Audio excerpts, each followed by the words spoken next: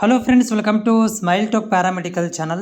Friends ನೋಡಿ, ಈಗ ಒಂದು 10 ಡೇಸಿಂದ ತುಂಬಾ ಏನಪ್ಪ ಅಂದರೆ ಎಲ್ಲ ಒಂದು ಮಾಧ್ಯಮದಲ್ಲಿರ್ಬೋದು ಅಥವಾ ನ್ಯೂಸ್ ಪೇಪರ್ಗಳಲ್ಲಿ ಕೂಡ ಒಂದೇ ಒಂದು ಬರ್ತಾ ಇರುವಂಥದ್ದು ನಮ್ಮ ವಿದ್ಯಾರ್ಥಿಗಳಿಗೆ, ಈಗ ಎಜುಕೇಷನ್ ಕಂಪ್ಲೀಟ್ ಮಾಡಿರುವಂಥ ವಿದ್ಯಾರ್ಥಿಗಳಿಗೆ ಮತ್ತು ಉದ್ಯೋಗ ಸಲ ಕಾಯ್ತಿರುವಂಥ ವಿದ್ಯಾರ್ಥಿಗಳಿಗೆ ಉದ್ಯೋಗಕ್ಕೆ ಸಂಬಂಧಿಸಿದಂಥ ಭಾಳಷ್ಟು ಅಪ್ಡೇಟ್ಗಳನ್ನು ಈಗಾಗಲೇ ಈ ಸರ್ಕಾರಗಳು ಕೊಡ್ತಾ ಇರುವಂಥದ್ದು ಮತ್ತು ನ್ಯೂಸ್ ಪೇಪರಲ್ಲಿ ಕೂಡ ಅವರ ಆಶ್ವಾಸನೆಗಳನ್ನು ಕೂಡ ಕೊಡ್ತಾ ಇರುವಂಥದ್ದು.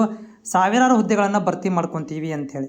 ಸೊ ಈ ಸಾವಿರಾರು ಹುದ್ದೆಗಳನ್ನು ಭರ್ತಿ ಮಾಡ್ಕೊಳ್ಳೋದ್ರಲ್ಲಿ ನಮ್ಮ ಒಂದು ಇಲಾಖೆ, ನಮ್ಮ ಒಂದು ಯಾರು ಆರೋಗ್ಯ ಮತ್ತು ಕುಟುಂಬ ಕಲ್ಯಾಣ ಇಲಾಖೆ ಇರ್ಬೋದು ಮತ್ತು ಶಿಕ್ಷಣ ಇಲಾಖೆ, ಆರೋಗ್ಯ ಶಿಕ್ಷಣ ಇಲಾಖೆಗಳಲ್ಲಿ ಹುದ್ದೆಗಳನ್ನು ಭರ್ತಿ ಮಾಡ್ಕೊಳ್ಳೋ ಕೂಡ ಅನುಮೋದನೆ ಕೊಟ್ಟಿರುವಂಥದ್ದು. ಮುಂದಿನ ದಿನಗಳಲ್ಲಿ ಅದನ್ನು ಕೂಡ ಭರ್ತಿ ಮಾಡ್ಕೊತೀವಿ ಕೂಡ ಅಂತ ಹೇಳಿದ್ದಾರೆ. ಹೌದಾ? ಸೊ ಇವುಗಳನ್ನು ಈಗ ವಿದ್ಯಾರ್ಥಿಗಳು ವೇಟ್ ಮಾಡ್ತಿರುವಂಥದ್ದು ಯಾವ ಒಂದು ಇಲಾಖೆ ಇದ್ರ ಮುಖಾಂತರ ಕರೀತಾರೆ, ಯಾವ ಒಂದು KPSC ಮೂಲಕ ಕರೀತಾರೋ ಅಥವಾ KE ಮೂಲಕ ಕರೀತಾರೆ ಅನ್ನೋದು ತುಂಬಾ ಏನಾಗೋದು ಟ್ವಿಸ್ಟ್ ಆಗಿ ಇರುವಂಥದ್ದು. ನೋಡಿ, ಮೊದಲಿನಿಂದ ಕೂಡ ಏನು ಮಾಡ್ತಾ ಇತ್ತಪ್ಪ ಅಂತಂದರೆ ಕರ್ನಾಟಕ ಪಬ್ಲಿಕ್ ಸರ್ವಿಸ್ ಕಮಿಷನ್ KPSCದವರು ಕೂಡ ನಮ್ಮ ಆರೋಗ್ಯ ಇಲಾಖೆಗೆ ಸಂಬಂಧಿಸಿದಂಥ ಭರ್ತಿಗಳನ್ನು ಮಾಡ್ಕೊತಾ ಇದ್ದರು. ಹಿಂದಿನ ವರ್ಷ ಮಾತ್ರ ಏನು ಮಾಡಿದಾರಪ್ಪ ಅಂತಂದರೆ ಇಲ್ಲಿ ಅಪ್ಲಿಕೇಶನ್ಗಳನ್ನು ಇವರೇ ಭರ್ತಿ ಮಾಡಿಕೊಂಡ್ರು, ಆದರೆ ಅರ್ಧ ಪ್ರೊಸೀಜರ್ಗಳನ್ನು KEದವರು ಮಾಡಿದರು. ಯಾಕಂದರೆ ಇಲ್ಲಿ ಸರಿಯಾದಂಥ KPSC ಸರಿಯಾದಂಥ ರೆಸ್ಪಾನ್ಸ್ಗಳಾಗಿರ್ಬೋದು ಮತ್ತು ಪಾರದರ್ಶಕಕ್ಕೆ ಮಾಡಿಕೊಳ್ಳೋದೇ ಫೇಲ್ ಆಗಿದ್ದ ಸಂಬಂಧ ಹಿಂದಿನ ವರ್ಷ ಏನು ಮಾಡಿದ್ದಾರೆ ಅಂದರೆ ಅವರು KEಗೆ ಹ್ಯಾಂಡ್ ಓವರ್ ಮಾಡಿದರು. ಬಟ್ ಈ ವರ್ಷ ಏನು ಮಾಡ್ತಾರೆ ಅನ್ನೋದನ್ನು ಕೂಡ ಕಾದು ನೋಡಬೇಕಾಗತ್ತೆ. ಇನ್ನೊಂದು, KE ಮೂಲಕ ಏನಾದರೂ ಭರ್ತಿಗಳನ್ನು ಮಾಡಿಕೊಳ್ಳುವಂಥ ಸಾಧ್ಯತೆ ಇದೆಯಾ ಅಂತ ಹೇಳಿ ನಾನು ಕೂಡ ಭಾಳಷ್ಟು ಮಾಹಿತಿಗಳನ್ನು ತಲೆ ಹಾಕಿದಾಗ ನನಗೆ ಕಂಡು ಬಂದಿದ್ದೇನಪ್ಪ ಅಂತಂದರೆ KE ಮೂಲಕ ಭರ್ತಿಗಳನ್ನು ಮಾಡಿಕೊಳ್ಳುವಂಥ ಎಲ್ಲ ಸಾಧ್ಯತೆಗಳು ಇದ್ದಾವೆ. ಸೊ ಇದಕ್ಕೆ ಸಂಬಂಧಿಸಿದಂತೆ ಒಂದಷ್ಟು ನ್ಯೂಸ್ ಪೇಪರಲ್ಲಿ ಕೂಡ ಬಂದಿರುವಂಥದ್ದು, ಅದನ್ನು ಕೂಡ ನಿಮ್ಗೆ ಆರ್ಟಿಕಲ್ ತೋರಿಸ್ತೇನೆ.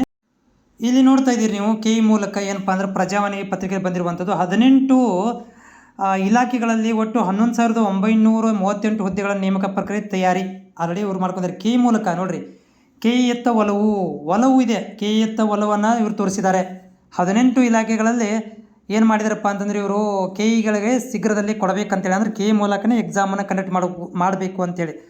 ಬಟ್ ಈ ಒಂದು KEದಲ್ಲಿ ಆ ಲಿಸ್ಟ್ಗಳನ್ನು ಏನು ಇದನ್ನು ಮಾಡಿದ್ದಾರೆ, ಪೇಪರ್ ಮುಖಾಂತರ ಮಾಹಿತಿ ನೋಡಿದಾಗ ಇಲ್ಲಿ ಭಾಳಷ್ಟು ಕಡಿಮೆ ಕೊಟ್ಟಿದ್ದಾರೆ. ಒಂದು ಎಷ್ಟಪ್ಪ ಅಂತಂದ್ರೆ ಕಡಿಮೆ ಇಲಾಖೆಗಳನ್ನು ಇಲ್ಲಿ ತೋರಿಸಿರುವಂಥದ್ದು ಅರೌಂಡ್ 18 ಇಲಾಖೆಗಳನ್ನು ಇವರು ರೀಪ್ರೆಸೆಂಟ್ ಮಾಡ್ತಾ ಇದ್ದಾರೆ. ಇನ್ನೂ ಉಳಿದಿರುವಂಥ ಇಲಾಖೆಗಳು ಅರೌಂಡ್ 34 ಇಲಾಖೆಗಳು ಇನ್ನೂ ಬಾಕಿ ಇದ್ದಾವೆ.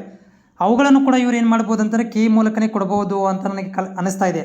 ಬಟ್ KPSC ಕೂಡ ಇಲ್ಲಿ ಪೆಂಡಿಂಗ್ ಇದೆ. ನೋಡಿರಿ, KE ಜೊತೆಗೆ KPSC ಅವರು ಕೂಡ ಏನು ಮಾಡ್ತಾ ಇದ್ದಾರಪ್ಪ ಅಂತಂದ್ರೆ ನಾವು ಕೂಡ ಈ ಎಕ್ಸಾಮನ್ನು ನಡೆಸ್ತೀವಿ, ನಮಗೂ ಕೂಡ ಏನಪ್ಪ ಅಂತಂದರೆ ಎಲಿಜಿಬಿಲಿಟಿಗಳನ್ನು ಹೊಂದಿದ್ದೀವಿ ಅಂತ ಇವರು ಕೂಡ ಪಾರ್ಟಿಸಿಪೇಟ್ ಮಾಡ್ತಾ ಇದ್ದಾರೆ. ಬಟ್ ಈ KE ಮತ್ತು KPSC ಇವರ ಎರಡರ ನಡುವೆ ಯಾವುದು ಈಗ ನಿರ್ಧಾರ ಆಗುತ್ತೆ ಕಾದು ನೋಡಬೇಕಾಗತ್ತೆ. ಸ್ಪೆಷಲಿ ನಮ್ಮ ಆರೋಗ್ಯ ಇಲಾಖೆಗೆ ಸಂಬಂಧಿಸಿದಂತಹ ಹುದ್ದೆಗಳನ್ನು ಎದಕ್ಕೆ ಕೊಡ್ತಾರೆ ಅನ್ನೋದು ಕಾದು ನೋಡಬೇಕು.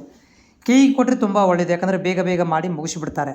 KPSC ಕೊಟ್ಟರೆ ಏನಪ್ಪ ಅಂತಂದ್ರೆ ಅದರಲ್ಲಿ ಅಪ್ಲಿಕೇಶನ್ ತುಂಬ ಟ್ವಿಸ್ಟ್ ಆಗಿ ಕೇಳ್ತಾರೆ. ಅಪ್ಲಿಕೇಶನನ್ನು ತುಂಬ ಸಿಂಪಲ್ ಇಲ್ಲ, ಅವ್ರದ್ದು ತುಂಬ ಟ್ವಿಸ್ಟ್ ಇದೆ ಅಪ್ಲಿಕೇಶನ್ ಫಾರ್ಮೆಟ್.